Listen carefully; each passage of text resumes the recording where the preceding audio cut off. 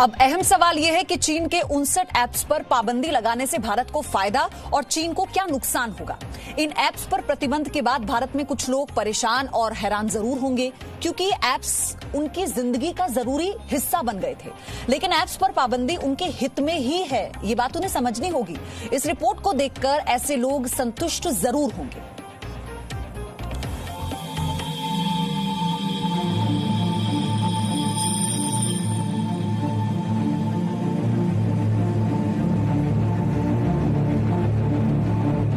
आप सिर्फ चीन में बने मोबाइल एप्लीकेशंस का इस्तेमाल नहीं कर रहे थे, बल्कि जाने अनजाने में चीन की कंपनियों और वहां की सरकार को अपनी सभी निजी जानकारियां सौंप रहे थे।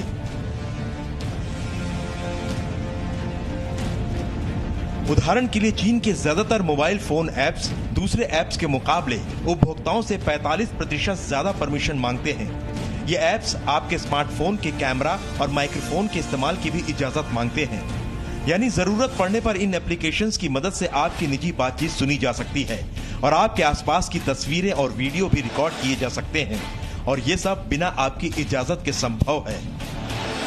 उनके पास ओरिजिनली हमारे जो भारतीय यूजर्स हैं, जो हमारे भारत के लोग हैं, जो उन एप्स को यूज कर रहे हैं ऑन अ रेगुलर बेसिस, अपना सेंसिटिव डेटा उन एप्स को on a regular basis submit कर रहे हैं, वो डेटा अल्टीमेटली जाके स्टोर होता है उन चाइनीज डेटा सर्वर्स के ऊपर, और उनके पास पूरा लीगली उसकी पूरी ऑनरशिप होती है, उसका पूरा एक्सेस होता है और उनके पास पूरा राइट होता है उस डेटा के साथ कुछ भी करने का।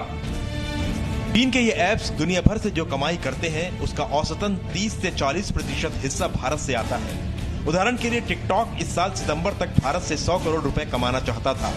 बात सिर्फ चाइनीज ऐप पर प्रतिबंध लगाने की भी नहीं है, बात उस बड़े संदेश की है जो इस फैसले के जरिए चीन को दिया गया है, क्योंकि सिर्फ चाइनीज ऐप ही नहीं, भारत में चीन के सामान की घुसपैठ घर घर में हो चुकी है।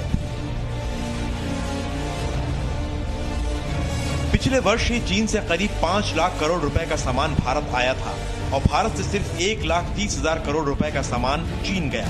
यानी भारत में चीन से आयात और निर्यात के बीच बहुत बड़ा अंतर है।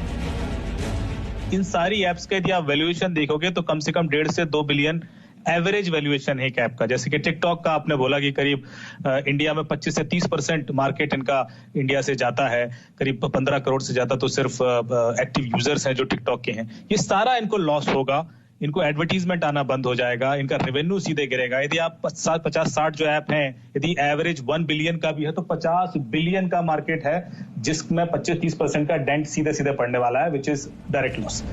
चीन को भी अब समझ में आ रहा है कि उसने एलएसी पर भारतीय सैनिकों पर धोखे से हमला कर कितनी बड़ी गलती कर दी है। चीन के सरकारी अखबार ग्लोबल टाइम्स ने भारत से व्यापार में कमी का अनुमान लगाया है। ग्लोबल टाइम्स ने लिखा, भारत में चीन के खिलाफ राष्ट्रवाद में तेजी आर्थिक क्षेत्र तक पहुंच गया है। साथ ही घातक कोरोना महामारी के दुष्प्रभाव की वजह से इस साल भारत चीन में द्विपक्षीय व्यापार 30% से ज्यादा गिर जाएगा। अब साफ है कि भारत के बाजार से चीन के 59 ऐप्स की विदाई हो जाने के बाद भारत से हजारों करोड़ रुपए कमाने का चीन का यह सपना अधूरा रह जाएगा। ब्यूरो रिपोर्ट, जी मीडिया। तो चीन के साथ सीमा विवाद के करीब 2 महीने बाद भारत ने ऐतिहासिक कदम उठाया है। चाइनीज ऐप पर प्रतिबंध के फैसले से भारत ने 5 बड़े संदेश दिए हैं, ये आपको समझने चाहिए। पहला संदेश ये है कि दुनिया भर के देश चाइनीज ऐप के खिलाफ सावधान हो जाएं, यानी चाइनीज ऐप को आदत ना बनाएं। चाइनीज ऐप का नशा अफीम की तरह खतरनाक है, क्योंकि चाइनीज ऐप पर अगर आप निर्भर हो गए तो फिर आपको चीन से कोई बचा नहीं सकता। चाइनीज ऐप पर यह आरोप लगते हैं कि इन ऐप्स के जरिए जुटाई गई जानकारी का इस्तेमाल चीन की कम्युनिस्ट पार्टी करती है। दूसरा संदेश ये देने की कोशिश की गई है कि अब ये समय आ गया है कि दुनिया भर की सरकारें अपने यहाँ चाइनीज ऐप की जांच कराएं कि कहीं ये ऐप्स के जरिए उस देश की राष्ट्रीय सुरक्षा के साथ खिलवाड़ तो नहीं हो रहा है। तीसरा संदेश ये है कि अगर भारत चाइनीज ऐप के बिना रह सकता है तो फिर अमेरिका या यूरोप के देश ऐसा क्यों नहीं कर सकते। चौथा संदेश ये है कि इस फैसले से देश को आत्मनिर्भर बनाने की दिशा में मदद मिलेगी, क्योंकि अगर देश में टिकटॉक जैसे ऐप नहीं होंगे तो कोई भारतीय इस तरह के ऐप के बारे में सोचेगा और आगे हो सकता है कि टिकटॉक जैसा ऐप खुद भारत में ही हो।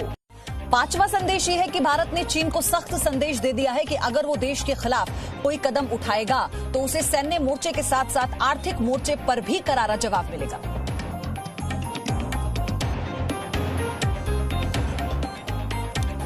Presenting V News app, available on Google Play and App Store. Download it now.